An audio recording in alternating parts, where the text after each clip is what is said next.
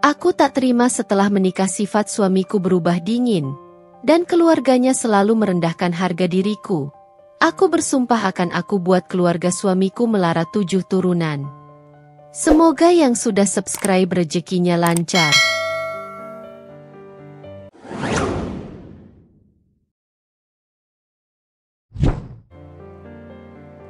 Hari itu, aku berdiri di depan cermin mengenakan gaun pengantin putih yang begitu indah. Senyumku merekah, hatiku penuh dengan harapan. Aku yakin, pernikahan ini akan menjadi awal yang manis dari kehidupan baru bersama pria yang kucintai, Arman. Semua yang hadir memuji betapa cocoknya kami sebagai pasangan, dan aku percaya itu. Aku tak pernah membayangkan bahwa senyuman yang kupasang di hari itu akan menjadi senjata untuk menyembunyikan luka yang kian dalam. Awal pernikahan kami berjalan seperti mimpi indah. Arman selalu perhatian, lembut, dan penuh kasih sayang. Ia memastikan aku merasa dicintai di setiap waktu. Tapi perlahan, semua berubah. Entah kapan tepatnya, tetapi aku mulai merasakan jarak di antara kami. Arman yang dulu hangat kini menjadi sosok yang dingin, seolah-olah aku adalah tamu tak diundang di hidupnya. "Arman, kamu kenapa?" tanyaku suatu malam ketika ia kembali menghabiskan waktu di ruang kerja hingga larut. "Tidak ada apa-apa.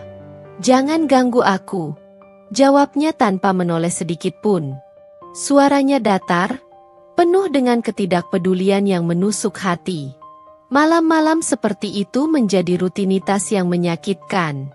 Aku tak tahu apa yang salah.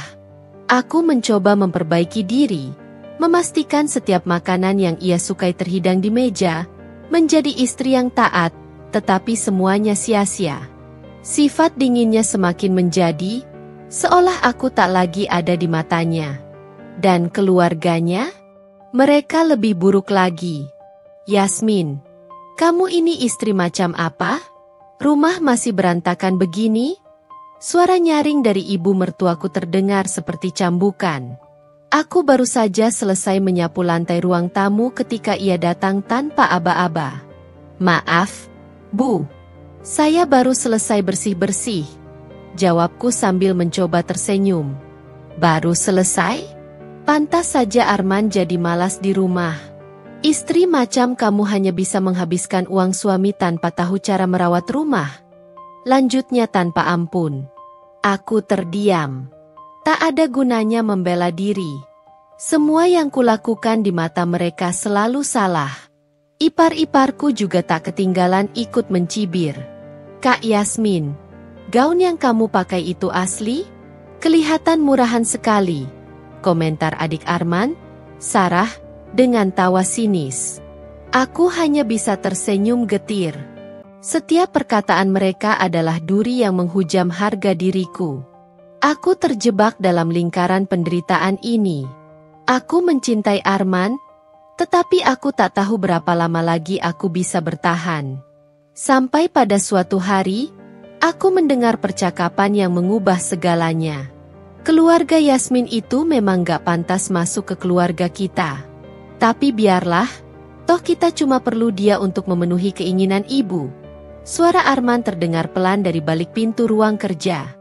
Aku berdiri membeku di tempat, tak mampu percaya dengan apa yang kudengar. "Apa maksudnya, Mas?" tanyaku ketika akhirnya memberanikan diri masuk. Dia terkejut melihatku, tetapi segera memasang wajah dinginnya lagi. "Kamu salah dengar." Aku tahu dia berbohong. Itu adalah titik balik bagiku. Jika mereka meremehkanku, aku tak akan diam saja. Aku bersumpah, aku akan membuktikan bahwa mereka salah telah merendahkanku. Tidak peduli seberapa besar cinta yang pernah kurasakan untuk Arman, aku tak akan membiarkan diriku diinjak-injak lagi. Aku mulai menyusun rencana. Jika mereka menghancurkan harga diriku, maka aku akan menghancurkan kesombongan mereka, dan memastikan mereka merasakan kehancuran yang sama. Malam itu aku duduk di kamar, menatap langit-langit dengan pikiran berkecamuk. Aku ingat betul setiap luka yang mereka berikan. Setiap kata mereka terngiang jelas, seperti jarum yang terus menusuk. Aku sadar, diamku selama ini hanya membuat mereka semakin berani merendahkanku. Esok paginya, aku memutuskan untuk mengunjungi rumah orang tuaku. Aku tahu, keluargaku tak kaya raya, tapi mereka punya kehormatan. Aku tak akan membiarkan siapapun meremehkan mereka. Mama, Papa, Yasmin minta izin, ucapku setelah menjelaskan semuanya. Papa menatapku lama. Apa kau yakin dengan keputusan ini, Nak? Aku mengangguk tegas. Kalau aku diam, mereka akan terus menginjak kita. Papa akhirnya menghela napas panjang dan mengangguk. Aku tahu mereka tak sepenuhnya setuju, tapi aku juga tahu mereka ingin aku bahagia. Dengan dukungan itu, aku mulai langkah pertamaku. Hari-hari berikutnya aku mengamati kebiasaan keluarga Arman. Ayahnya punya usaha besar di bidang properti, tapi aku tahu kelemahan mereka.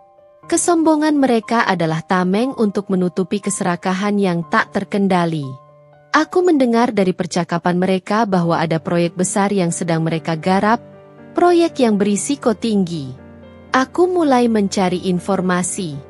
Beruntung, aku masih punya teman-teman yang setia, dan salah satu dari mereka bekerja di perusahaan properti saingan keluarga Arman. Informasi yang kudapatkan membuka mataku lebar. Mereka sedang bermain kotor, memanfaatkan jalur-jalur belakang untuk mendapatkan izin pembangunan. Jika proyek itu gagal, mereka akan kehilangan segalanya. Langkahku selanjutnya adalah memanfaatkan informasi itu. Aku mengirimkan dokumen-dokumen penting secara anonim kepada pihak berwenang. Aku tahu, dampaknya tak akan langsung terlihat, tapi ini adalah awal. Di sisi lain, aku mulai menunjukkan keberanianku di depan mereka. Ketika ibu mertua datang lagi dengan kritik pedasnya, aku menatapnya tajam. Bu, saya rasa sudah cukup. Kalau ibu tidak suka, saya bisa pergi kapan saja. Tapi kalau ibu berpikir bisa terus merendahkan saya, ibu salah besar. Ucapku tanpa ragu. Ia tertegun, mungkin tak pernah menyangka aku akan melawan. Tapi aku tak peduli. Aku lelah menjadi sasaran hinaan mereka. Setelah itu, aku mulai menjaga jarak dengan mereka, hanya berbicara jika benar-benar diperlukan. Arman? Dia semakin terlihat seperti pria asing di mataku. Aku tak lagi berharap padanya. Cintaku perlahan berubah menjadi rasa dendam yang menguat setiap harinya. Aku tahu, jika aku ingin menghancurkan mereka, aku tak bisa mengandalkan siapapun. Aku harus melakukannya sendiri. Seminggu kemudian, berita besar muncul di media. Proyek keluarga Arman dibekukan karena dugaan pelanggaran hukum. Aku melihat raut wajah panik mereka ketika berita itu tersebar. Ayah mertuaku mengurung diri di rumah, sementara Arman mulai sibuk mencari cara untuk menyelamatkan bisnis mereka. Aku hanya tersenyum tipis di dalam hati. Ini baru permulaan. Aku masih punya banyak langkah yang sudah kusiapkan. Mereka belum tahu siapa yang sebenarnya mereka hadapi. Aku, Yasmin, bukan wanita lemah seperti yang mereka kira. Aku mulai melihat dampak dari apa yang kulakukan. Kehidupan keluarga Arman perlahan goyah. Rumah besar mereka yang dulu selalu ramai dengan pesta kini sunyi. Bahkan, aku mendengar dari Sarah, adik Arman, bahwa mobil mewah ayah mereka mulai dijual satu persatu. Kenapa semua ini terjadi, Mas? Tanyaku suatu malam pada Arman, berpura-pura polos. Ia menghela napas panjang, wajahnya terlihat lelah. Ada masalah di proyek Papa. Beberapa izin dibekukan. Sekarang semuanya kacau. Aku hanya mengangguk tanpa komentar. Dalam hati, aku menikmati kekacauan itu. Mereka yang dulu sombong, kini mulai merasakan ketidakpastian yang dulu sering mereka lemparkan padaku. Tapi aku tahu ini belum cukup. Aku ingin mereka jatuh lebih dalam lagi. Ke titik di mana mereka merasakan bagaimana rasanya dihina dan dipandang rendah. Aku terus mencari celah. Melalui teman-temanku yang bekerja di bidang hukum, aku mendapat informasi tambahan tentang utang-utang yang dimiliki keluarga Arman. Jumlahnya tak sedikit, dan jika mereka gagal membayar, aset-aset mereka akan disita. Aku mulai memainkan langkah berikutnya. Aku menyebarkan isu melalui jaringan anonim tentang kebangkrutan bisnis keluarga mereka. Berita itu cepat menyebar, membuat kepercayaan mitra-mitra bisnis mereka goyah. Semakin banyak pihak yang menarik diri dari kerjasama dengan mereka. Aku melihat ini sebagai kemenangan kecil yang manis. Di sisi lain, hubungan kami sebagai suami istri hampir tak lagi terlihat seperti hubungan. Arman semakin sibuk, sementara aku semakin jarang berbicara dengannya. Aku tak lagi merasa sakit saat dia bersikap dingin. Sebaliknya, aku menikmati jarak yang semakin lebar di antara kami. Suatu malam, saat aku sedang duduk di ruang tamu, ibu mertuaku tiba-tiba datang. Ia tampak marah. Wajahnya memerah seperti biasanya saat ia hendak melontarkan kata-kata tajam. "Yasmin, kamu tahu apa yang terjadi dengan keluarga ini? Semua ini karena kamu," teriaknya. Aku menatapnya tajam. "Karena saya." "Bu? Apa maksud ibu?" "Kamu membawa sial. Sejak kamu masuk ke keluarga ini, semuanya hancur. Bisnis keluarga kami, reputasi kami, semua runtuh." Aku berdiri dan mendekatinya. "Kalau keluarga ibu runtuh, itu karena kesombongan kalian sendiri. Jangan salahkan saya atas karma yang akhirnya datang." Ia terdiam, mungkin karena tak menyangka aku akan berbicara seperti itu. Aku tak lagi peduli dengan martabat mereka. Mereka sudah terlalu lama merendahkan harga diriku. Dan sekarang aku berdiri sebagai orang yang tak lagi bisa mereka injak-injak. Hari-hari berikutnya, aku melihat keluarga Arman semakin terpuruk. Rumah besar mereka mulai kosong, barang-barang mewah menghilang satu persatu. Hingga akhirnya, aku mendengar kabar bahwa mereka terpaksa menjual rumah tersebut untuk melunasi utang. Mereka pindah ke rumah yang jauh lebih kecil di pinggiran kota. Sebuah pemandangan yang tak pernah kubayangkan akan terjadi. Tapi aku tahu, ini belum akhir. Mereka masih harus merasakan lebih banyak lagi. Dan aku masih punya rencana untuk memastikan mereka benar-benar jatuh tanpa mampu bangkit kembali. Hari-hari di rumah baru mereka terasa berbeda. Rumah besar dengan lantai marmer dan chandelier kini berganti dengan rumah kecil yang hanya memiliki 2 kamar. Semua terasa sempit, jauh dari kemewahan yang dulu menjadi kebanggaan mereka. Aku memperhatikan perubahan ini tanpa ekspresi, tapi dalam hatiku, aku merasa puas. Ibu mertua yang dulu sering memamerkan koleksi perhiasannya kini hanya mengenakan pakaian sederhana. Sarah, yang dulu suka menghina penampilanku, kini tak lagi berani bicara banyak. Mereka semua tenggelam dalam tekanan hidup baru yang jauh dari kenyamanan. Arman pun mulai kehilangan ketenangannya. Wajahnya selalu tegang, dan ia lebih sering pulang larut malam, mencoba mencari jalan keluar dari masalah yang menumpuk. Suatu malam, Arman akhirnya bicara kepadaku. "Yasmin, aku butuh bantuanmu," katanya, duduk di meja makan dengan kepala tertunduk. Aku mengangkat alis. "Bantuan apa, Mas?" "Papa ingin aku meminjam uang dari keluargamu. Mereka butuh dana untuk menyelamatkan proyek kecil yang tersisa." Aku menatapnya lama, memastikan apakah ia serius. Ia benar-benar tak tahu malu. Setelah semua hinaan keluarganya kepada orang tuaku, sekarang mereka meminta bantuan? Aku menahan tawa yang hampir keluar. "Apa tidak ada cara lain?" tanyaku, berpura-pura peduli. "Kita sudah mencoba segalanya, Yasmin. Ini satu-satunya jalan. katanya dengan nada putus asa. Aku akan pikirkan, Mas, jawabku akhirnya, tanpa niat untuk benar-benar membantu. Setelah percakapan itu, aku kembali menyusun langkah berikutnya. Aku tahu keluargaku tidak akan memberi mereka bantuan, dan aku juga tidak akan memaksa. Sebaliknya, aku memanfaatkan situasi ini untuk mempersulit mereka lebih jauh. Aku menghubungi beberapa kenalan di sektor keuangan, dan memastikan bahwa siapapun yang mencoba mendanai proyek keluarga mereka akan diberi peringatan keras tentang risiko investasi. Hasilnya langsung terlihat.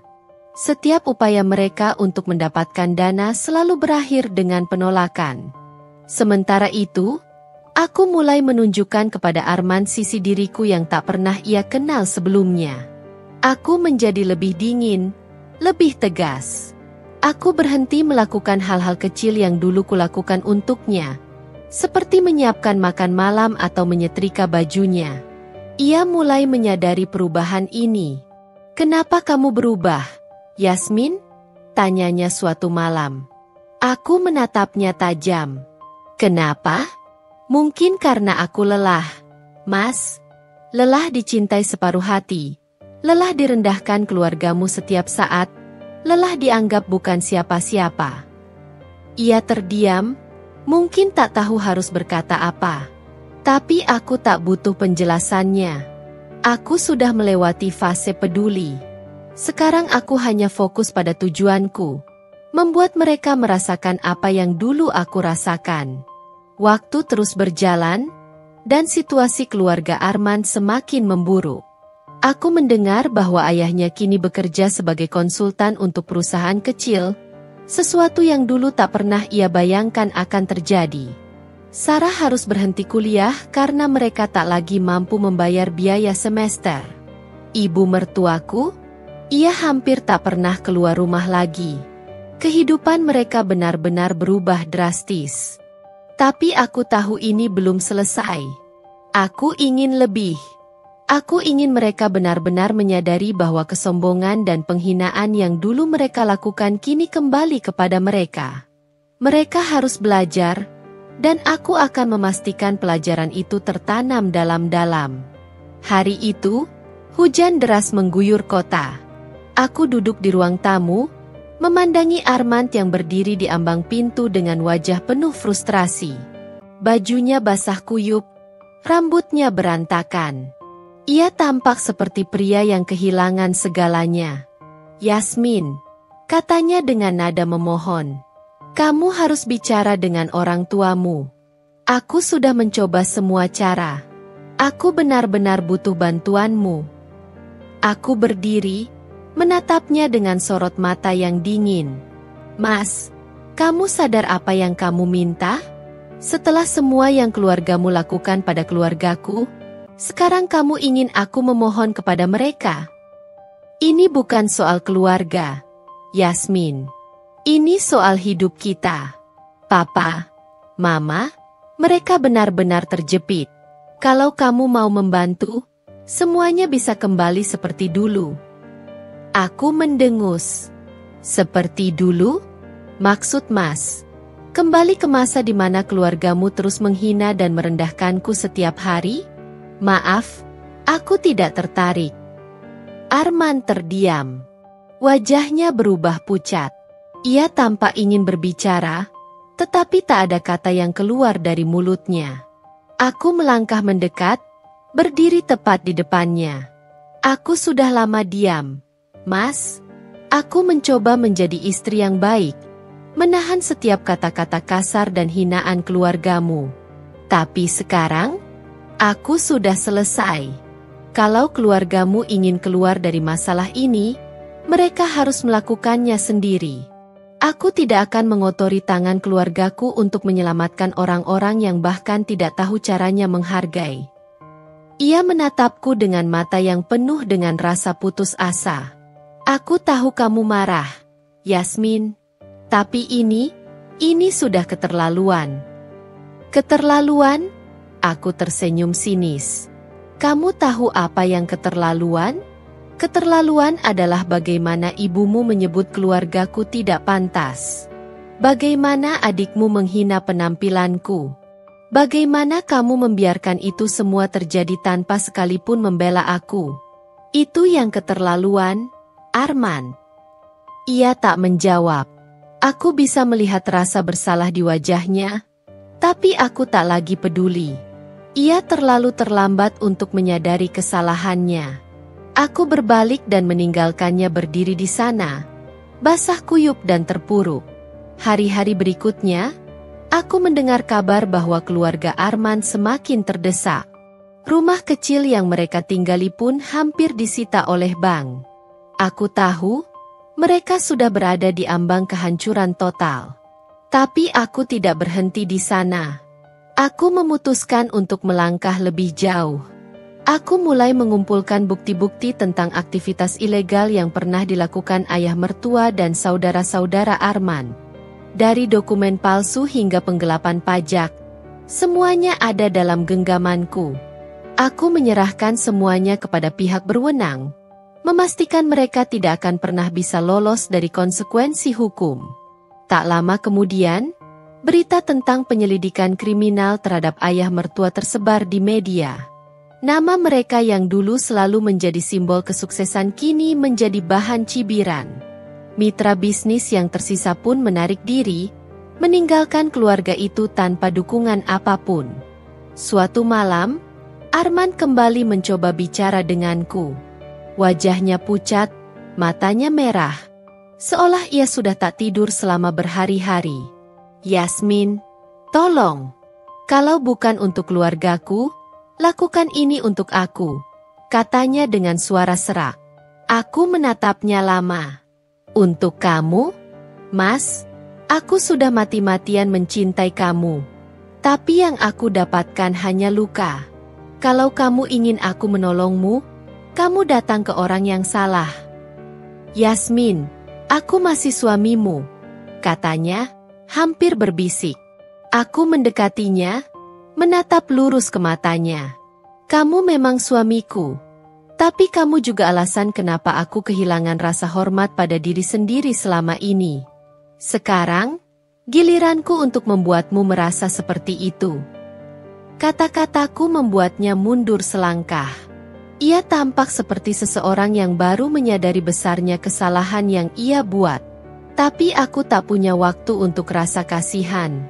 Aku sudah terlalu lama menyimpan sakit hati ini, dan aku tidak akan berhenti sampai semuanya selesai. Malam itu, setelah Arman meninggalkan rumah dengan wajah penuh kepasrahan, aku duduk di ruang tamu sendirian. Pikiran-pikiran masa lalu mulai membanjiri pikiranku. Setiap hinaan, setiap ejekan, setiap kali aku merasa tak dihargai, semuanya kembali seperti badai yang mengamuk. Aku tahu, aku telah jauh melangkah, dan aku tidak akan mundur.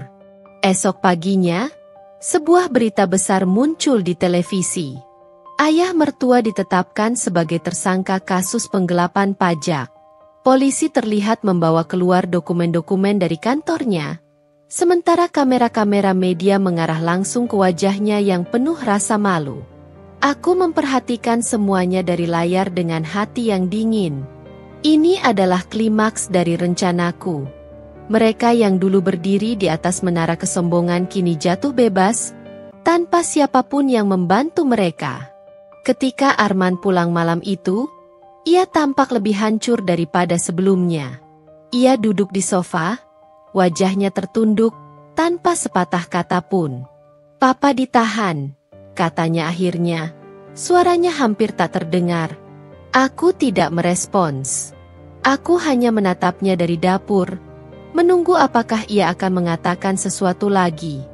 "Yasmin," katanya, mencoba mengangkat wajahnya untuk menatapku. "Apa kamu benar-benar tidak peduli lagi? Aku tahu keluargaku salah. Aku tahu aku salah. Tapi ini terlalu kejam." Aku berjalan mendekat, berdiri di depannya. "Kamu pikir ini kejam, Mas? Lalu apa yang keluargamu lakukan padaku selama ini? Apa hinaan itu tidak kejam? Apa memperlakukan aku seperti pembantu di rumah sendiri itu tidak kejam?" Ia terdiam, tak punya jawaban. Aku melanjutkan, nadaku semakin tegas. Kamu tahu apa yang membuat aku bertahan selama ini? Aku mencintai kamu. Tapi cinta itu perlahan mati karena kamu sendiri yang membunuhnya. Kamu membiarkan aku berjuang sendirian. Sementara keluargamu terus-menerus menghancurkan aku. Sekarang, giliran aku yang membuat mereka merasakan apa yang aku rasakan. Ia terisak. Aku tak pernah melihat Arman menangis sebelumnya. Tetapi tangisannya malam itu tidak menyentuh hatiku. Aku sudah terlalu keras untuk merasa iba. Malam itu berlalu dengan sunyi. Arman tidur di sofa, sementara aku tidur di kamar. Aku tahu, hubungan kami sudah tidak lagi seperti dulu, dan aku tidak berniat memperbaikinya. Bagiku, ini bukan lagi soal pernikahan. Ini soal harga diriku yang telah diinjak-injak, dan aku ingin mengambil kembali semua yang telah hilang. Hari berikutnya, aku mendengar kabar bahwa aset-aset terakhir keluarga Arman telah disita. Rumah kecil yang mereka tinggali juga harus dikosongkan dalam waktu sebulan. Mereka benar-benar jatuh miskin. Aku mendengar dari Sarah bahwa ia terpaksa bekerja sebagai pelayan di sebuah kafe, sesuatu yang dulu tak pernah ia bayangkan akan ia lakukan. Ibu mertua, ia sering terlihat duduk di depan rumah, menangis sendirian. Kehidupan mereka berubah menjadi bayangan suram dari apa yang dulu mereka banggakan. Namun, ada satu hal yang masih tersisa, Arman. Ia tetap berada di sisiku, meskipun aku tahu ia tak lagi punya apa-apa. Mungkin ia bertahan karena ia tidak tahu harus kemana, atau mungkin ia berharap aku masih punya sedikit cinta untuknya. Tapi bagiku, ia hanyalah bagian dari masa lalu yang ingin aku lupakan. Hingga suatu malam, ia kembali berbicara, kali ini dengan nada yang berbeda. Yasmin, aku akan pergi, katanya tiba-tiba. Aku menoleh, sedikit terkejut. Pergi kemana? Entah. Aku hanya tahu aku tidak bisa tinggal di sini lagi. Aku telah menyakitimu terlalu banyak, dan aku tidak tahu apakah aku bisa memperbaikinya. Tapi aku ingin kamu tahu satu hal. Aku menyesal. Aku benar-benar menyesal. Aku menatapnya lama, mencari kejujuran di matanya. Kali ini, aku melihatnya. Tapi rasa itu tidak cukup untuk menghentikan luka yang sudah terlanjur dalam. Kalau itu yang kamu inginkan, Mas, pergilah, jawabku akhirnya. Tanpa banyak kata, ia berkemas dan pergi malam itu juga. Aku menutup pintu dengan hati yang hampa, tetapi aku tahu ini adalah keputusan yang benar. Aku telah melepaskan masa lalu, dan aku siap melangkah maju, meninggalkan semuanya di belakang. Namun, aku juga tahu satu hal. Meskipun dendamku telah terbalaskan, rasa sakit itu tetap ada. Tidak ada yang benar-benar menang dalam pertempuran ini. Kami semua kalah, hancur oleh kesalahan kami sendiri. Kepergian Arman malam itu ternyata bukan akhir dari segalanya. Seolah semesta belum selesai memainkan perannya, konflik baru mulai muncul dari arah yang tak terduga. Keesokan harinya, pintu rumahku diketuk keras oleh seseorang. Aku membuka pintu dan mendapati Sarah berdiri di sana. Wajahnya basah oleh air mata, dengan pakaian yang tampak kumal. Sorot matanya penuh amarah, tapi di saat yang sama, ada ketakutan yang jelas terlihat. Kak Yasmin, kamu puas sekarang? Kamu benar-benar menghancurkan kami, teriaknya tanpa basa-basi. Aku menatapnya dengan dingin. Hancur? Itu bukan salahku, Sarah. Itu karma dari apa yang kalian lakukan selama ini. Karma? Ia tertawa pahit, hampir histeris. Kamu tahu papa sekarang di mana? Di penjara. Mama hampir kehilangan kewarasan. Dan aku harus bekerja mencuci piring di sebuah warung untuk makan. Kamu benar-benar jahat. Aku melipat tangan di dada, mencoba menahan emosi yang mulai memanas. Sarah, keluargamu memulai semua ini. Aku hanya memastikan kalian mendapat balasan yang pantas. Jangan salahkan aku karena kalian terlalu sombong untuk melihat konsekuensi dari perbuatan kalian. Ia melangkah mendekat, tangannya mengepal. Kamu pikir ini balasan yang adil? Kamu pikir papa pantas di penjara? Kamu pikir mama pantas hidup seperti ini? Kamu tidak lebih baik dari kami, Kak Yasmin. Kamu hanya wanita yang sakit hati dan tidak tahu caranya memaafkan. Kata-katanya menohok, tapi aku tidak membiarkan diriku terlihat goyah. Memaafkan? Aku mencoba. Sarah. Aku mencoba bertahan dan menerima kalian. Tapi apa yang aku dapatkan? Hinaan, ejekan, dan perlakuan seperti aku ini sampah. Jangan datang ke sini mengharapkan aku merasa bersalah. Sarah menatapku tajam. Lalu dengan suara yang lebih tenang, hampir berbisik, ia berkata, "Tunggu saja, Kak. Kamu pikir kamu menang sekarang, tapi ini belum selesai." Ia berbalik dan pergi, meninggalkan aku berdiri di ambang pintu dengan dada yang berdegup kencang. Aku tahu ancamannya bukan hanya emosi sesaat. Sarah adalah orang yang licik, dan aku tidak meremehkannya. Beberapa minggu berlalu, dan kehidupan mulai terasa aneh. Teleponku sering berdering, tetapi ketika aku angkat, tidak ada suara di seberang. Beberapa kali aku menemukan barang-barang di depan pintu rumahku yang tidak pernah aku pesan.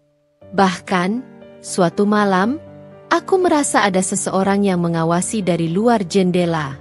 Aku mencoba tetap tenang, tetapi aku tidak bisa mengabaikan perasaan bahwa sesuatu sedang terjadi di belakang layar. Lalu, sebuah surat tiba. Amplop coklat tanpa nama pengirim, berisi foto-foto lama keluargaku. Beberapa foto menunjukkan aku dan orang tuaku di rumah, sedang berbincang atau tertawa.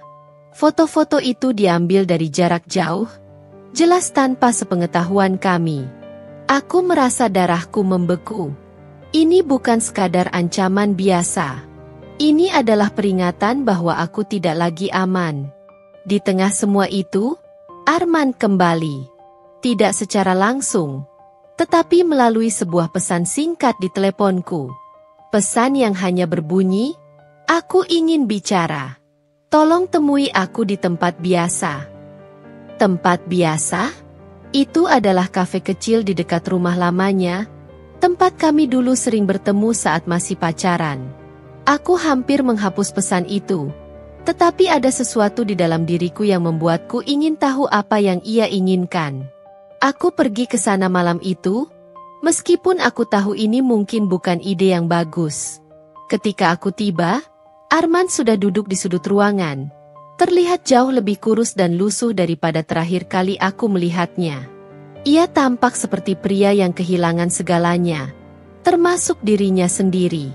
"Kenapa aku harus ke sini, Mas?"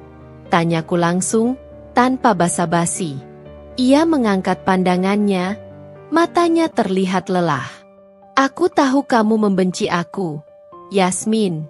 Dan aku tahu kamu punya alasan untuk itu. Tapi ada sesuatu yang harus aku katakan." Aku menyilangkan tangan, menunggu penjelasannya. "Kamu pikir semuanya sudah selesai, tapi kamu salah," katanya pelan. "Kamu mungkin sudah menghancurkan keluargaku, tapi sekarang giliran mereka yang akan berbalik menghancurkanmu. Dan aku tidak tahu apakah aku bisa menghentikannya." Kata-katanya membuatku terkejut. Tetapi aku tetap mempertahankan ekspresi dinginku. "Mereka mau apa lagi, Mas? Mereka sudah kehilangan segalanya." "Mereka mungkin kehilangan materi," katanya sambil menatapku tajam, "tapi mereka belum kehilangan rasa benci. Dan sekarang, rasa itu sepenuhnya diarahkan kepadamu." Aku terdiam, mencoba mencerna perkataannya.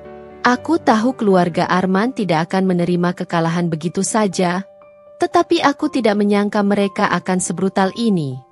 Yasmin, katanya dengan nada lebih serius. Aku tidak ingin kamu terluka. Apapun yang terjadi di antara kita, aku tidak ingin mereka menyentuh kamu. Tolong berhati-hati. Aku berdiri, menatapnya dengan penuh kekecewaan. Kamu terlambat, Arman. Kalau kamu benar-benar peduli, kamu seharusnya menghentikan mereka sejak awal. Sekarang, aku akan menghadapi mereka sendiri. Aku meninggalkan kafe itu dengan hati yang berat. Tetapi aku tahu ini bukan saatnya untuk merasa takut. Jika mereka ingin bermain kotor, aku akan melawan. Aku sudah bertahan sejauh ini, dan aku tidak akan membiarkan siapapun, bahkan mereka, menghancurkan aku lagi. Malam itu, saat aku kembali ke rumah, firasat buruk semakin menguat. Aku memeriksa semua pintu dan jendela untuk memastikan semuanya terkunci rapat. Namun, tak peduli seberapa hati-hati aku mencoba merasa aman, ada sesuatu yang membuat dadaku sesak. Kegelapan malam terasa lebih mencekam dari biasanya. Pagi harinya, aku terbangun oleh suara ketukan keras di pintu depan. Aku membuka pintu dan mendapati seorang pria berpenampilan rapi berdiri di sana. Ia membawa sebuah map tebal. Nyonya, Yasmin? Tanyanya dengan nada formal. Iya, saya sendiri. Jawabku, meskipun perasaanku mulai tidak enak. Ini surat somasi dari keluarga TN Wirawan. Katanya, menyebut nama ayah mertua. Ia menyerahkan map itu ke tanganku. Anda dituntut atas pencemaran nama baik dan tuduhan fitnah yang menyebabkan kerugian material. Aku tertegun. Fitnah? Apa maksudnya? Saya hanya mengantarkan dokumen. Silakan Anda baca sendiri, katanya sambil berbalik pergi. Aku berdiri di ambang pintu, memegang map itu dengan tangan gemetar. Aku segera masuk dan membuka dokumen itu. Isinya adalah tuduhan bahwa aku telah menyebarkan informasi palsu kepada pihak berwenang, yang menyebabkan keluarga Arman kehilangan aset mereka dan reputasi hancur. Mereka bahkan menuntut ganti rugi miliaran rupiah. Mataku bergerak cepat membaca setiap kata. Tuduhan itu sepenuhnya mengada-ada. Tetapi aku tahu ini bukan tentang kebenaran. Ini tentang balas dendam. Mereka mencoba menjebakku dengan cara apapun yang mereka bisa. Aku menghubungi pengacara yang dulu pernah membantu ayahku, meminta nasihat tentang langkah selanjutnya. Ia mendengarkan ceritaku dengan serius, lalu berkata, "Ini jelas upaya untuk menekan Anda secara psikologis. Tapi jangan khawatir, kami akan melawan." Namun, ancaman ini tidak hanya berhenti di surat somasi. Beberapa hari kemudian, video-video yang menjelek-jelekan aku mulai muncul di media sosial. Video itu penuh dengan narasi palsu, bahwa aku adalah istri yang durhaka, bahwa aku menghancurkan keluarga suamiku demi ambisi pribadi, bahkan ada yang mengatakan aku pernah berselingkuh. Komentar-komentar penuh kebencian membanjiri setiap unggahan. Aku mencoba mengabaikan semuanya. Tetapi tekanan itu semakin berat. Bahkan rekan-rekan kerjaku mulai memperhatikan. Beberapa di antara mereka menatapku dengan curiga, seolah mereka percaya semua kebohongan itu. Di tengah kekacauan ini, Arman tiba-tiba muncul di kantorku. Ia terlihat panik. "Yasmin, aku harus bicara denganmu," katanya tanpa memedulikan tatapan orang-orang di sekitar. Aku menariknya ke ruang rapat kosong. "Apalagi sekarang, Mas?" tanyaku tajam. "Mereka yang melakukan ini. Mama, Sarah, bahkan Papa dari dalam penjara. Mereka ingin menghancurkanmu," katanya cepat. Aku sudah mencoba menghentikan mereka, tapi mereka tidak mendengarkan. Aku memijit pelipisku, mencoba menenangkan diri. "Jadi kamu datang ke sini hanya untuk memberitahu bahwa keluargamu masih mencoba menyerang aku? Itu bukan berita baru." "Tidak, Yasmin.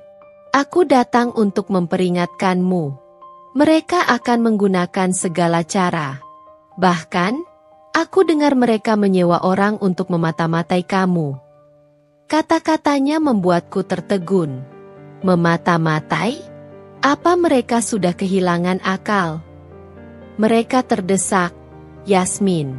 Mereka berpikir kalau mereka bisa menyeret kamu jatuh, itu akan menjadi kemenangan kecil bagi mereka. Aku menatap Armand lama. Di satu sisi, aku masih marah padanya. Tetapi di sisi lain, aku tahu ia tidak berbohong. Ketakutan di wajahnya terlalu nyata untuk diabaikan. Kalau kamu benar-benar ingin membantu, Mas, kataku akhirnya, buktikan. Bantu aku menghentikan mereka. Ia mengangguk pelan. Aku akan mencoba, Yasmin. Aku akan melakukan apapun yang aku bisa. Namun, aku tahu kata-katanya saja tidak cukup. Aku harus mengambil langkah-langkah untuk melindungi diriku sendiri. Aku memperketat keamanan rumah, memasang kamera pengawas, dan memastikan semua komunikasiku terlacak dengan baik. Sementara itu, aku mulai menggali informasi tentang langkah-langkah yang mereka ambil. Aku memanfaatkan koneksi yang aku miliki untuk menemukan celah dalam rencana mereka. Aku tahu, jika mereka mencoba menyerangku secara hukum, aku harus memiliki bukti yang lebih kuat untuk melawan. Malam itu, saat aku sedang memeriksa email di ruang kerja, aku mendengar suara keras dari arah dapur. Hatiku berdegup kencang. Aku mengambil tongkat pemukul baseball yang aku simpan di lemari, lalu perlahan melangkah menuju sumber suara. Ketika aku sampai di dapur, aku menemukan jendela yang terbuka. Sebuah batu kecil tergeletak di lantai, dengan secari kertas terikat di sekelilingnya. Aku mengambil kertas itu dan membukanya. Isinya hanya satu kalimat, "Ini belum selesai." Aku menghela napas panjang, menyadari bahwa pertempuran ini baru saja dimulai. Mereka ingin aku takut. Mereka ingin aku menyerah. Tapi aku tidak akan membiarkan mereka menang. Aku sudah terlalu jauh untuk mundur sekarang. Pagi berikutnya, aku terbangun dengan perasaan tidak enak. Aku mencoba mengalihkan pikiran dengan aktivitas harian. Tetapi suara langkah-langkah asing di sekitar rumahku selama malam sebelumnya terus membayang di kepalaku. Aku memeriksa rekaman kamera pengawas yang baru aku pasang, berharap menemukan sesuatu yang bisa menjelaskan apa yang sebenarnya terjadi. Di salah satu rekaman, sekitar pukul 2 dini hari, terlihat bayangan seseorang berdiri di depan pagar rumahku selama beberapa menit. Orang itu tidak mencoba masuk, tetapi gerakannya mencurigakan.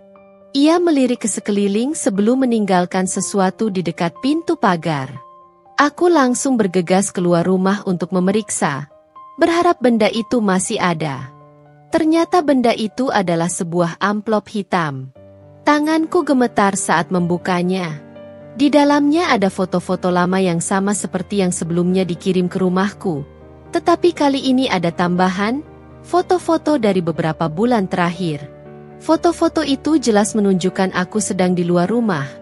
Bahkan ada satu yang diambil saat aku bersama Arman di kafe beberapa hari lalu. Punggungku terasa dingin. Ini bukan sekadar ancaman lagi. Mereka mengawasiku setiap saat. Aku membawa amplop itu ke pengacara.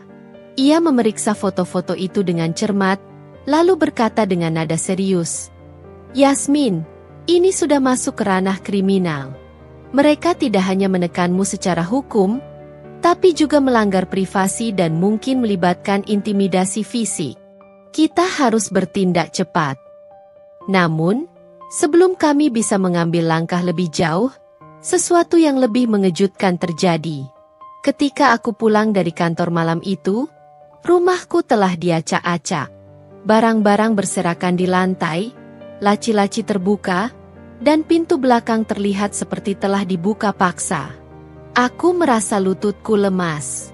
Aku langsung menghubungi polisi, dan mereka tiba beberapa saat kemudian. Setelah memeriksa, Mereka memastikan bahwa tidak ada barang yang hilang. Tapi itu hanya membuat semuanya semakin menakutkan. Jika bukan untuk mencuri, apa tujuan mereka? Pesan apa yang ingin mereka sampaikan? Di antara kekacauan itu, aku menemukan sesuatu yang sengaja ditinggalkan di meja makan. Sebuah boneka kecil dengan leher yang digunting hingga hampir putus. Di bawahnya ada catatan bertuliskan, "Pilihanmu, menyerah atau hancur." Hari-hari berikutnya adalah mimpi buruk yang tak berujung. Aku merasa seperti diawasi dimanapun aku berada. Setiap kali aku berjalan keluar rumah, aku merasakan tatapan yang tak terlihat, seperti ada bayangan yang selalu mengikuti. Telepon tak dikenal semakin sering masuk, dengan suara di seberang yang hanya diam sebelum memutuskan sambungan.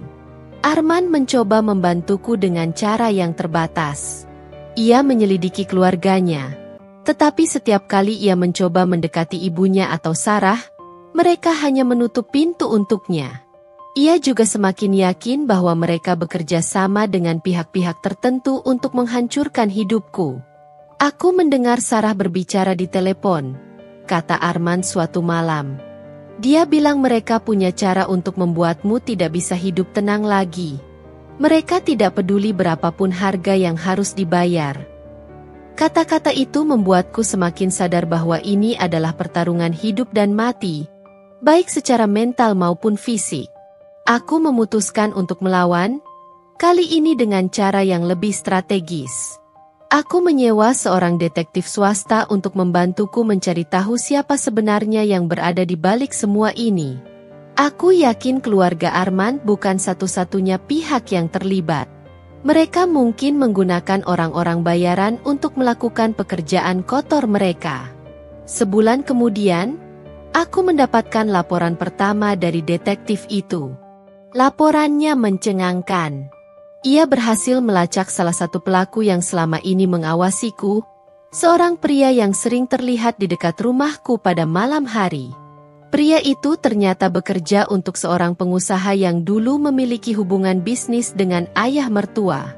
Pengusaha itu memiliki dendam lama terhadap keluarganya, dan kini ia melihatku sebagai pion yang bisa digunakan untuk menyerang balik. Tapi yang lebih mengejutkan, detektif itu menemukan bahwa pengusaha tersebut bersekongkol dengan Sarah. Dalam beberapa percakapan telepon yang direkam, Sarah terdengar memohon agar pengusaha itu mempercepat rencana untuk menghancurkan reputasiku. Dia harus tahu rasanya dihancurkan, ujar Sarah dalam salah satu rekaman itu. Aku tidak peduli bagaimana caranya. Buat dia menderita seperti aku. Hatiku terasa seperti ditusuk mendengar hal itu. Kebencian Sarah ternyata jauh lebih dalam dari yang aku duga.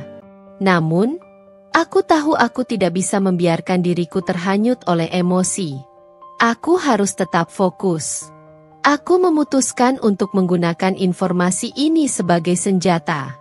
Dengan bantuan pengacara dan detektif, aku mulai menyusun rencana balasan yang tidak hanya akan membersihkan namaku, tetapi juga mengungkap semua kebusukan mereka ke publik. Aku tidak lagi hanya bermain defensif. Kini aku siap menyerang. Namun, di tengah persiapan itu, sebuah kejadian tak terduga kembali mengacaukan segalanya. Pada suatu malam, ketika aku sedang di rumah, lampu tiba-tiba padam. Aku meraih ponselku untuk mencari senter, tetapi sebelum aku sempat melangkah, suara langkah kaki terdengar di ruang tamu. Hatiku berdegup kencang. Seseorang ada di dalam rumahku. Langkah kaki itu semakin mendekat, dan napasku tercekat. Aku meraih tongkat baseball yang selalu aku simpan di sudut dekat meja. Tubuhku gemetar, tetapi aku mencoba menguatkan diri. Dalam gelap, aku mendengar suara pintu yang terbuka pelan, diikuti derit kayu lantai yang membuat suasana semakin mencekam. "Siapa di sana?" Suaraku bergetar, meski aku berusaha terdengar tegas. Tidak ada jawaban. Aku menyalakan lampu senter dari ponselku dan mengarahkan ke sumber suara. Dalam cahaya yang lemah, aku melihat bayangan seseorang berdiri di ujung ruang tamu. Sosok itu mengenakan hoodie hitam dengan wajah tertutup masker. Ia tidak bergerak, hanya berdiri diam seperti sedang mengawasiku. Keluarkan aku dari permainan ini, atau aku akan lapor polisi. Teriakku, mencoba mengintimidasi. Namun, bukannya menjauh, sosok itu justru melangkah mendekat. Aku menggenggam tongkat di tanganku erat-erat, bersiap untuk menyerang jika perlu. Tapi sebelum aku bisa melakukan apapun, sosok itu mengangkat tangannya, menunjukkan sebuah amplop putih. Amplop itu dilempar ke lantai di dekatku. Lalu tanpa sepatah kata pun, orang itu berbalik dan keluar melalui pintu belakang. Aku segera mengunci pintu, lututku lemas, tetapi rasa penasaran mengalahkan rasa takutku. Dengan tangan gemetar, aku membuka amplop itu. Di dalamnya hanya ada satu kalimat, "Ini peringatan terakhir. Tinggalkan semua ini, atau kami akan memastikan kamu tidak pernah merasa aman lagi." Di sudut amplop, aku melihat simbol yang tampak familiar. Logo sebuah perusahaan keamanan swasta. Aku segera menghubungi detektifku, memberitahu tentang kejadian ini dan simbol yang aku lihat. Keesokan harinya, detektifku kembali dengan informasi mengejutkan.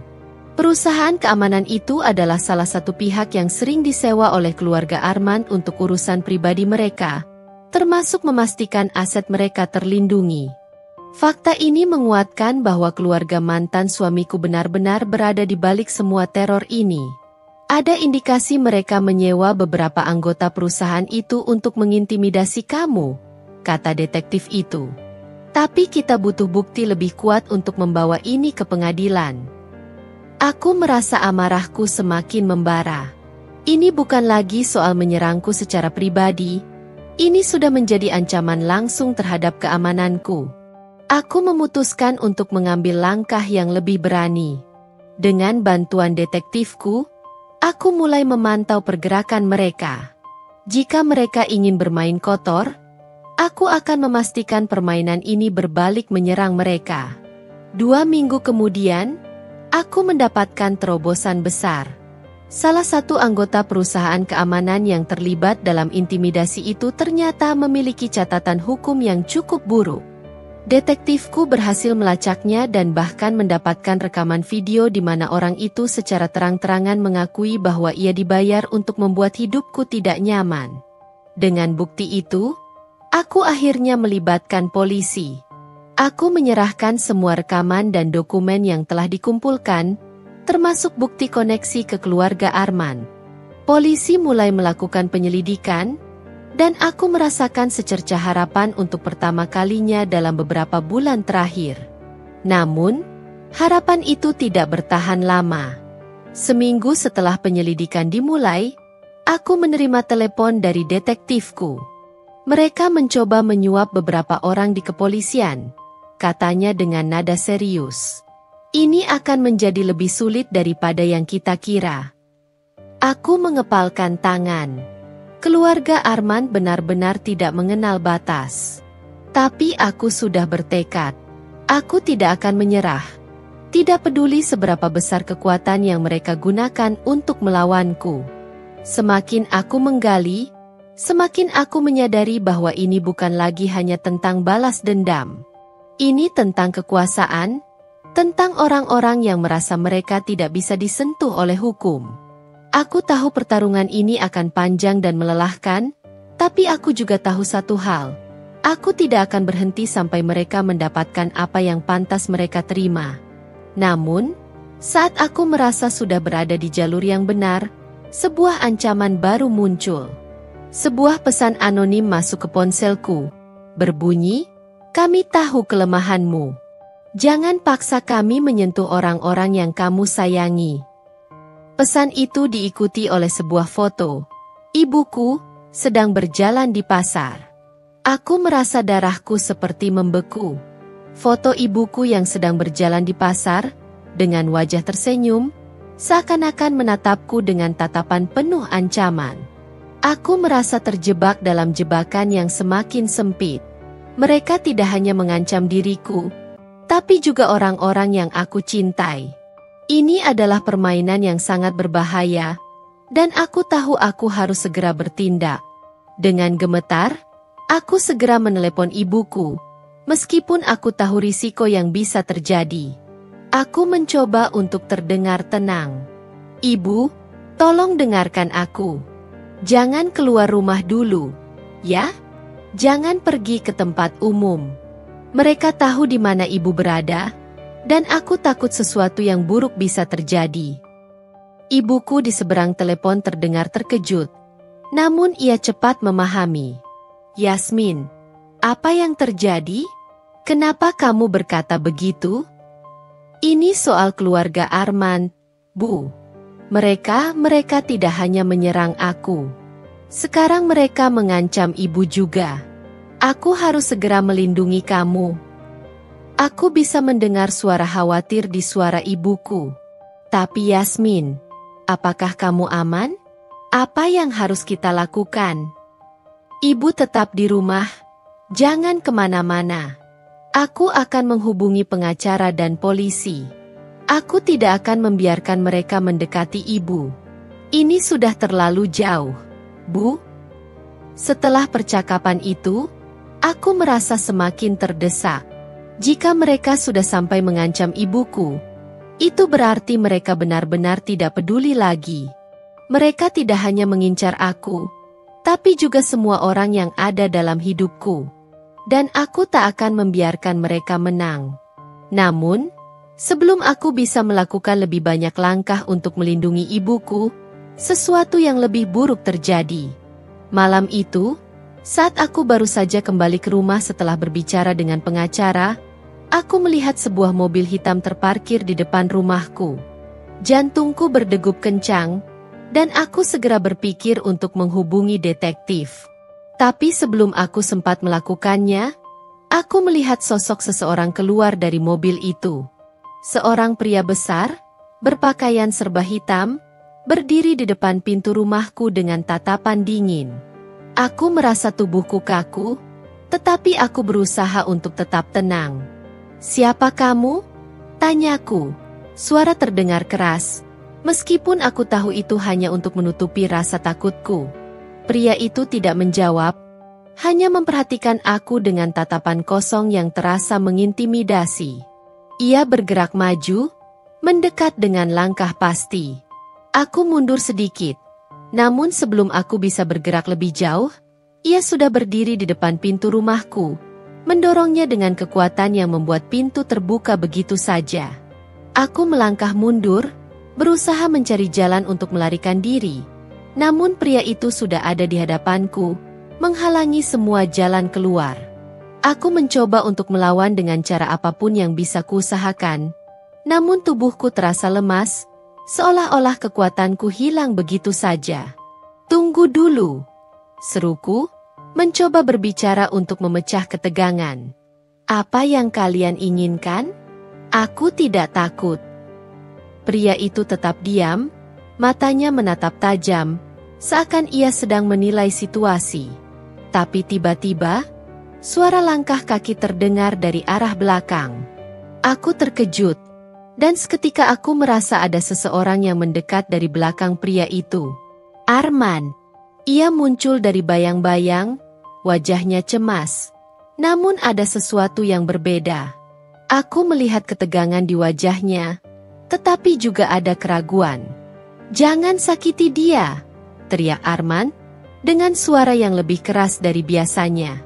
"Aku akan menghadapimu sendiri jika itu yang kau inginkan." Aku melihat sosok pria besar itu menoleh sekilas, tetapi tidak bergerak. Aku merasa ada ketegangan yang sangat kuat antara mereka, seperti ada perang batin di dalam diri Arman. Lalu, pria itu menurunkan tangannya, memberi tanda agar Arman berbicara. Arman menatapku, matanya penuh dengan penyesalan. "Yasmin, aku tidak tahu lagi harus bagaimana. Mereka mengancamku juga. Mereka mengancam akan merusak semuanya." Aku merasakan perasaan campur aduk. Terkadang, aku merasa seperti berada di ambang kehancuran. Tetapi pada saat lain, Aku merasa ada secercah harapan di matanya. Namun, aku tahu ini bukan saatnya untuk merasa lemah. Apa yang sebenarnya kamu inginkan, Arman? Kamu ingin aku terus hidup dalam ketakutan? Atau kamu ingin aku melawan, dan bersama-sama kita berhenti semua ini? Tanyaku, menahan emosi yang hampir meledak. Ia terdiam sejenak, seolah mengumpulkan keberanian. Aku akan melawan mereka, Yasmin. Aku berjanji. Tapi aku butuh kamu untuk percaya padaku. Aku mengangguk, meski hatiku ragu. Mungkin ini adalah kesempatan terakhir untuk menghentikan semuanya. Tetapi aku tahu ini bukan hanya soal aku dan Arman. Ini lebih besar dari itu, lebih berbahaya daripada yang aku bayangkan. Pria besar itu mengangguk perlahan, memberi tanda bahwa ia mengerti, lalu mundur satu langkah. Jangan coba-coba bermain-main dengan kami, Yasmin. Ini bukan akhir. Aku merasa ada ancaman lain yang tersembunyi di balik kata-katanya. Saat pria itu kembali masuk ke mobil dan pergi, aku hanya bisa menatap Arman dengan tatapan penuh kebingungan dan ketegangan. Semuanya akan berakhir, Yasmin. Aku janji, kata Arman sekali lagi. Namun, meski aku ingin mempercayainya, aku tahu bahwa bahaya ini belum selesai. Bahkan baru saja dimulai. Malam itu, aku tidak bisa tidur. Perasaan gelisah yang tak kunjung hilang terus menghantuiku. Bayangan pria besar itu masih terbayang jelas di pikiranku. Begitu juga dengan kata-kata Arman.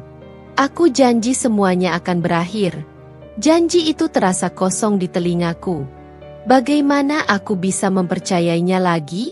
Bagaimana jika ini hanya tipuan lain untuk membuatku merasa aman sementara mereka terus merencanakan sesuatu yang lebih buruk? Aku mencoba menenangkan diri, tapi rasanya dunia ini sedang runtuh di sekitar aku. Setiap suara kecil yang terdengar di malam hari, setiap cahaya yang bergerak di luar rumah, membuat hatiku berdebar kencang. Aku merasa mereka sedang mengawasi setiap gerakanku, menunggu saat yang tepat untuk menyerang. Tengah malam, saat aku duduk di ruang tamu, tiba-tiba ponselku bergetar. Aku melihat nama Arman muncul di layar. Dengan tangan gemetar, aku mengangkat telepon itu. Yasmin, ada yang ingin aku katakan. Suara Arman terdengar gugup, seolah dia sedang berjuang melawan perasaannya sendiri. Ada sesuatu yang aku sembunyikan dari kamu. Lalu, kenapa baru sekarang kamu mengatakannya? Aku menjawab dengan suara yang hampir tak terdengar. Aku merasa cemas, namun aku berusaha untuk tetap tenang. Ada yang lebih besar lagi yang harus kamu tahu, katanya. Ada seorang informan yang bekerja untuk keluargaku. Mereka yang menyusun semua ini sejak awal, Yasmin. Semua yang terjadi, semua ancaman itu, semuanya bagian dari rencana mereka untuk menekanmu agar keluar dari jalan mereka. Aku terdiam sejenak, otakku berputar cepat. Apa maksudmu? Kenapa mereka melakukan ini? Keluargaku, mereka ingin membalas dendam. Jawabnya dengan suara hampir putus asa. Ayahku merasa dihina dan dipermalukan oleh keputusanmu untuk menikah denganku. Dia tak bisa menerima kalau kamu menginginkan hakmu sendiri, terutama setelah perpisahan kita. Aku merasakan rasa sakit yang mendalam mendengar kata-kata Arman. Ia melanjutkan, suaranya semakin pelan, penuh dengan penyesalan. Semua yang terjadi ini, Yasmin, ini karena aku tidak berani melawan mereka. Aku takut mereka akan menghancurkan hidup kita berdua. Aku tidak pernah bisa melawan mereka. Mereka terlalu kuat. Hatiku terasa seperti dipukul keras. Aku tidak tahu harus merasa marah atau kecewa. Bagaimana bisa Arman, orang yang seharusnya aku percayai, malah menjadi bagian dari permainan kotor ini? Aku terjebak, Yasmin. Aku tidak tahu harus bagaimana lagi. Lanjut Arman, suaranya sekarang penuh dengan air mata. Aku ingin melindungimu, tapi keluargaku terlalu berkuasa. Aku tidak tahu apa yang harus kulakukan. Aku takut mereka akan menghancurkan segalanya. Aku bisa merasakan betapa beratnya perasaan Arman. Namun, seiring dengan penyesalannya, aku merasa semakin tidak tahu siapa yang sebenarnya harus dipercaya. Keluarganya telah menyusun segalanya dengan sangat rapi, membuatku merasa terpojok tanpa bisa melarikan diri. Apa yang harus aku lakukan sekarang, Arman? Tanyaku, suara hampir tak terdengar. Aku merasa putus asa. Aku ingin melawan mereka, tapi aku tak tahu harus mulai dari mana. Tiba-tiba, ada ketukan keras di pintu depan. Aku terlonjak kaget. Seakan-akan dunia ini terus berputar cepat dan penuh ancaman. Aku melihat ke layar ponselku, dan Arman sudah menutup teleponnya tanpa memberikan penjelasan lebih lanjut. Mataku beralih ke pintu. Ketukan itu semakin keras, dan aku merasa jantungku berdegup semakin kencang. Dengan gemetar, aku beranjak dari kursi dan mendekati pintu. Hanya ada satu kemungkinan, mereka datang lagi. Aku mengintip lewat jendela, dan kulihat ada dua sosok berdiri di depan pintu rumahku. Dua pria besar dengan jaket hitam dan masker, seperti yang aku lihat sebelumnya. Aku segera mengunci pintu dan mundur ke ruang tamu. Tapi detik berikutnya, aku mendengar suara yang tidak asing lagi. "Yasmin, ini aku, Arman." Terdengar suara Arman dari luar pintu. "Buka pintunya. Aku datang untuk melindungimu." Aku berdiri terdiam, bingung. Apa yang terjadi? Kenapa Arman ada di luar? Setelah apa yang dia katakan tadi, hatiku bergejolak, dan ketakutan kembali muncul di dalam diriku. Apa yang sebenarnya terjadi? Apakah ini jebakan lagi? Apakah Arman benar-benar ingin melindungiku? Atau dia hanya terperangkap dalam permainan keluarganya? Aku berlari ke jendela dan mengintip lagi.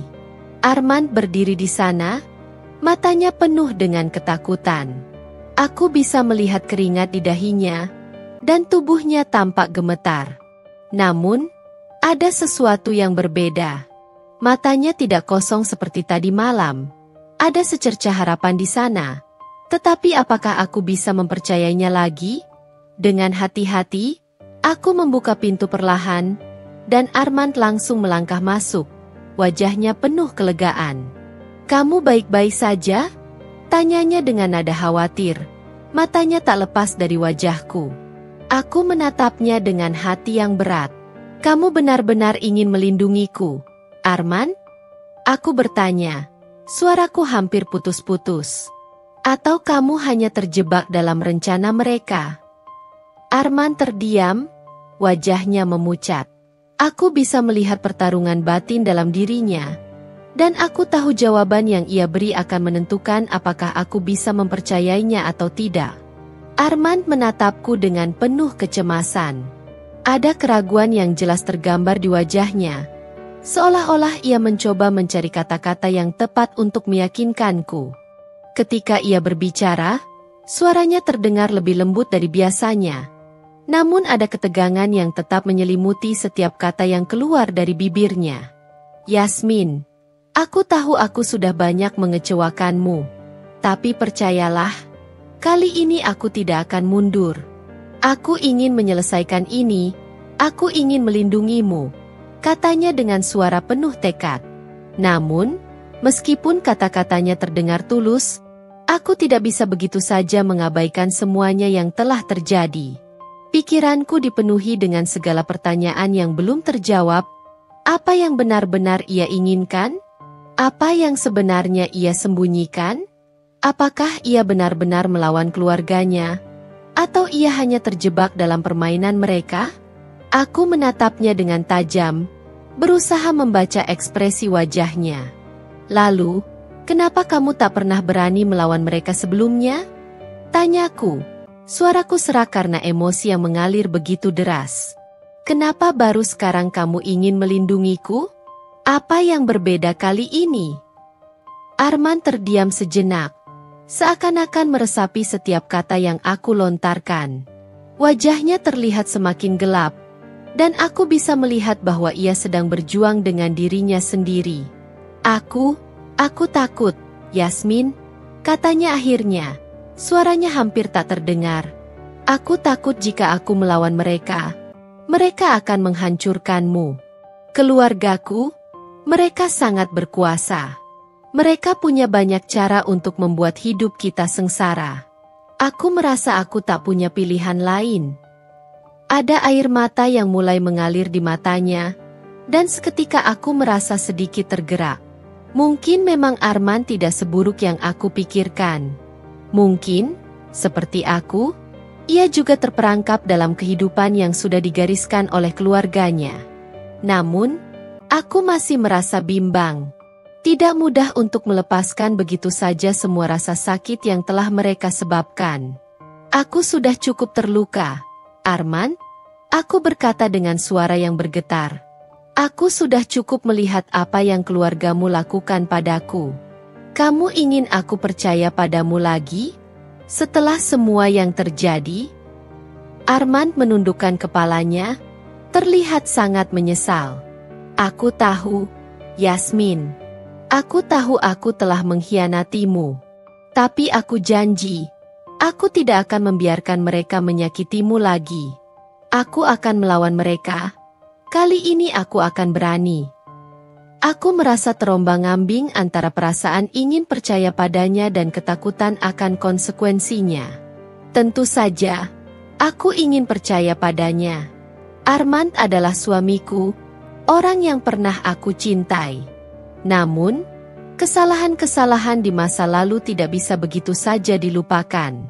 Aku merasa seolah-olah terperangkap dalam lingkaran setan, dan semakin lama semakin sulit untuk melihat cahaya di ujung terowongan ini.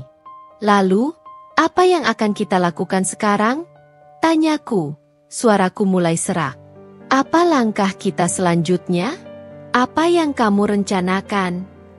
Arman mengangkat wajahnya. Matanya penuh tekad. Kita akan melawan mereka dengan cara yang mereka takkan pernah duga. Aku sudah mengumpulkan bukti-bukti, dan aku akan menghadapinya langsung. Kita akan buka semua kartu, Yasmin. Kali ini, kita akan melawan mereka sampai mereka tidak bisa lagi menyentuh hidup kita. Aku bisa melihat api di matanya, dan untuk pertama kalinya dalam waktu lama, aku merasa sedikit optimis. Mungkin ini adalah kesempatan untuk menghentikan semuanya, untuk melawan dan menghancurkan kekuasaan keluarganya. Namun, aku juga tahu bahwa jalan ini tidak akan mudah. Ini adalah perang yang sangat berbahaya, dan kami bisa saja kehilangan segalanya. Tiba-tiba, suara pintu yang terbuka terdengar. Kami berdua terkejut, dan seketika itu juga, Arman menatapku dengan ekspresi panik. Cepat, sembunyi, katanya, suara rendah dan mendesak. Aku tidak bertanya lebih lanjut. Tanpa berpikir, aku segera bersembunyi di balik tirai tebal di sudut ruang tamu. Arman bersembunyi di dekat pintu, mencoba untuk tetap tak terlihat. Langkah kaki yang berat terdengar mendekat. Suara itu makin keras, dan aku bisa merasakan hawa dingin yang menyelimuti ruangan. Aku menggigit bibir, berusaha menahan napasku yang semakin cepat. Dua sosok muncul di ambang pintu. Keduanya mengenakan masker hitam, dengan postur tubuh yang besar dan intimidatif. Mereka berdua berdiri di dalam rumah, menatap sekeliling seolah mencari sesuatu, atau seseorang. Aku bisa melihat Arman menahan napasnya, berusaha untuk tidak membuat suara. Aku bisa merasakan ketegangan yang begitu kuat di udara. Masing-masing dari kami terperangkap dalam ketakutan yang sama. Namun kami tidak bisa mundur. Salah satu pria besar itu mulai berbicara dengan suara dalam dan berat. Kami tahu kamu di sini, Arman. Jangan coba-coba melawan kami, katanya dengan nada yang penuh ancaman. Kamu sudah diberi peringatan. Aku menahan napas, merasakan degup jantung yang semakin cepat. Apa yang akan terjadi sekarang? Apakah Armand akan menyerah? Ataukah dia akan benar-benar melawan mereka? Ketegangan di udara semakin mencekam. Armand bergerak perlahan. Matanya tajam menatap kedua pria itu, dan dengan suara yang tegas, ia berkata, "Tidak ada lagi yang bisa kalian ancam. Kalian sudah cukup merusak hidup kami." Tapi, sebelum kami sempat bertindak lebih lanjut, sesuatu yang mengejutkan terjadi. Tiba-tiba, suara tembakan terdengar dari luar rumah, begitu keras sehingga hampir membuat jantungku berhenti. Suara tembakan itu menggetarkan seluruh tubuhku. Jantungku berdegup kencang, hampir keluar dari dada. Aku tak tahu dari mana asalnya. Namun yang jelas suara itu datang dari luar rumah, dan sangat dekat. Tubuhku membeku. Sementara Armand juga terlihat terkejut. Wajahnya berubah pucat seketika. "Cepat, masuk ke dalam!" teriak pria besar yang pertama masuk tadi. Suara dinginnya membuat bulu kuduku merinding. "Kalian tidak punya banyak waktu." Dengan terburu-buru, aku berlari mengikuti Armand yang sudah bergerak cepat ke ruang belakang.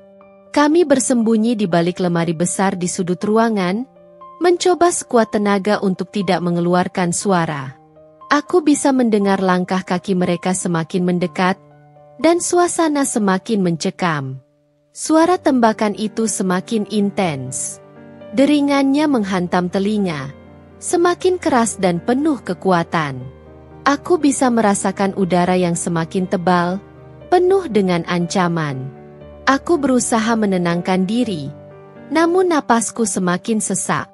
Aku tak tahu siapa yang menembak, atau apa yang sebenarnya terjadi di luar sana, tapi satu hal yang aku tahu, situasi ini semakin tidak terkendali.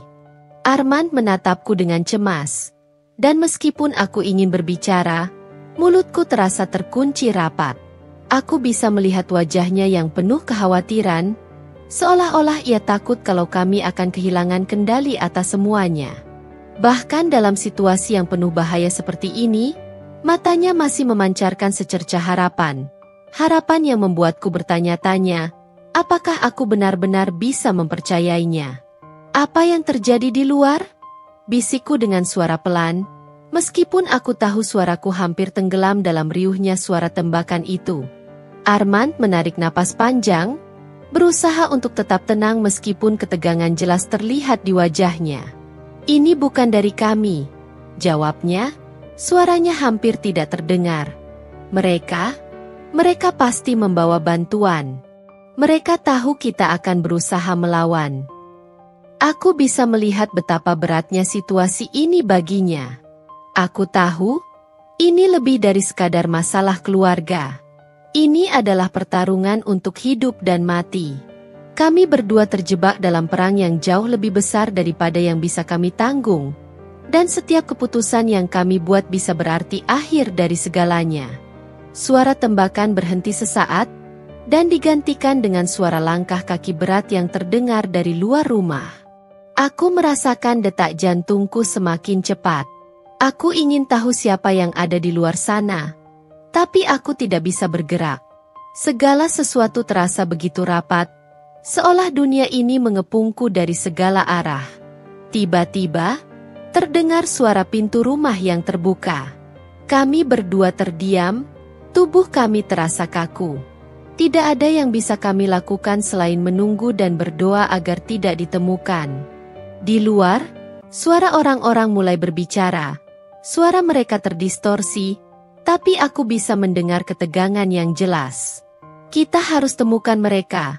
Terdengar suara yang familiar, dan hatiku langsung berpacu cepat. Suara itu suara ayah Armand. "Jangan biarkan mereka lolos." Suara itu semakin jelas terdengar. "Kalian tahu apa yang harus dilakukan. Kami tidak bisa membiarkan mereka menyentuh keluarga kita lagi." Aku merasa tubuhku lemas. Itu jelas suara ayah Armand, seseorang yang selama ini mengendalikan segalanya. Aku tidak tahu apakah ini akan berakhir dengan baik, atau justru semakin buruk. Armand menatapku dengan penuh ketakutan, Wajahnya penuh penyesalan. Yasmin, kita harus pergi. Ini sudah terlalu jauh. Mereka tidak akan berhenti sampai kita hancur. Aku bisa merasakan gemetar di tubuhku. Apa yang akan kami lakukan sekarang? Bagaimana kami bisa keluar dari cengkeraman keluarga Armand yang begitu kuat? Jika mereka sudah sampai mengerahkan pasukan seperti ini, artinya kami sudah tidak punya banyak waktu. Armand mendekatkan wajahnya ke telingaku, berbisik dengan suara sangat pelan. Aku punya rencana, tapi kamu harus mempercayai aku. Hatiku berdegup kencang. Aku ingin berteriak, ingin menanyakan lebih banyak. Namun aku tahu waktu kami sangat terbatas.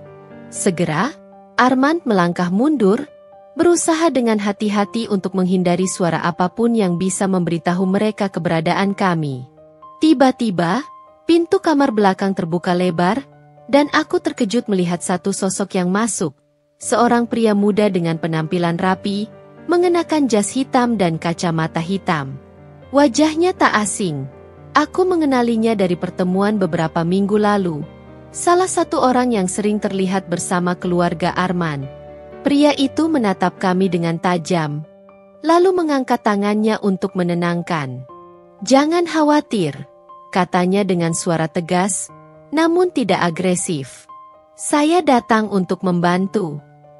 Aku terdiam, bingung dengan apa yang baru saja dikatakan. "Membantu? Kamu? Kamu dari pihak mana?" Pria itu tersenyum tipis. Meskipun ada kelelahan yang tergambar di wajahnya. "Saya tidak bisa menjelaskan semuanya sekarang," jawabnya cepat. "Tapi saya di sini untuk memastikan kalian selamat. Tidak ada waktu untuk bicara panjang. Kita harus pergi sekarang, atau kalian akan terjebak dalam permainan yang jauh lebih besar." Armand tampak terkejut, tetapi wajahnya menunjukkan sedikit kelegaan. "Siapa kamu sebenarnya?" tanyanya. "Nama saya Adi," pria itu menjawab dengan suara datar. "Saya bekerja untuk seseorang yang ingin menghentikan semua ini. Saya di sini karena saya tahu kalian tidak akan selamat jika terus bersembunyi." Aku menatap Armand, yang terlihat kebingungan namun semakin penasaran. Apakah ini pertolongan yang kami tunggu? Ataukah ini jebakan baru? Namun, saat itu aku tahu kami tidak punya banyak pilihan. "Kita harus pergi sekarang," kata Adi tegas. "Setiap detik sangat berharga." Aku menarik napas panjang. Keputusan yang harus kami ambil sekarang bisa mengubah segalanya. Haruskah kami mempercayai orang ini dan melarikan diri? Ataukah kami terus melawan dengan cara kami sendiri? Hanya ada satu hal yang pasti. Kami tidak bisa tinggal diam. Armand dan aku saling memandang. Ada perasaan campur aduk yang tak bisa aku ungkapkan dengan kata-kata. Ketegangan yang kami rasakan begitu kuat, seolah-olah kami sudah terlalu lama berada dalam kegelapan, dan kini, ada seberkas cahaya yang muncul di ujung terowongan. Tapi apakah itu benar-benar cahaya yang membawa harapan, ataukah jebakan yang lebih buruk dari sebelumnya? Kami tidak punya banyak pilihan. Waktu kami semakin sempit. Adi menatap kami dengan mata tajam, menunggu keputusan kami. Suara langkah kaki dari luar semakin dekat, tanda bahwa mereka sudah hampir sampai. "Ayo, sekarang atau tidak sama sekali," kata Adi dengan suara yang tegas namun penuh urgensi. Aku menoleh ke Armand sekali lagi. "Kita harus mempercayainya," bisikku, meskipun hatiku masih penuh dengan keraguan. Armand mengangguk perlahan, wajahnya penuh keteguhan. "Kali ini, kita harus melawan," jawabnya, dan dalam suaranya, aku mendengar sebuah keyakinan yang belum pernah aku dengar sebelumnya. Kami mengikuti Adi dengan langkah cepat, melintasi lorong sempit di belakang rumah. Setiap langkah yang kami ambil semakin terasa berat, seolah ada banyak hal yang harus kami bayar untuk kebebasan ini. Ketegangan di udara semakin terasa, dan aku tahu bahwa perjalanan kami ke depan akan sangat berbahaya. Namun, Saat itu juga aku merasakan secercah harapan. Mungkin kami bisa keluar dari belenggu ini. Mungkin kami bisa mengakhiri permainan kotor ini. Kami tiba di pintu belakang, dan di sana, sebuah mobil hitam menunggu. Tanpa berkata apa-apa lagi, Adi memimpin kami menuju mobil itu, dan kami masuk dengan tergesa-gesa.